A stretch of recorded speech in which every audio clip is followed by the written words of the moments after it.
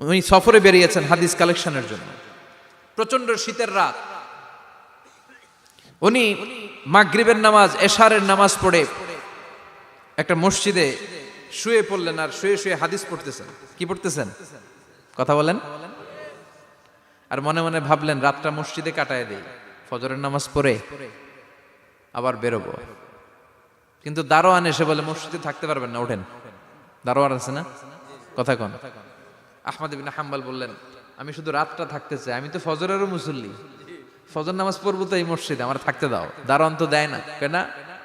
মসজিদে থাকার জায়গা না, যান মিয়া।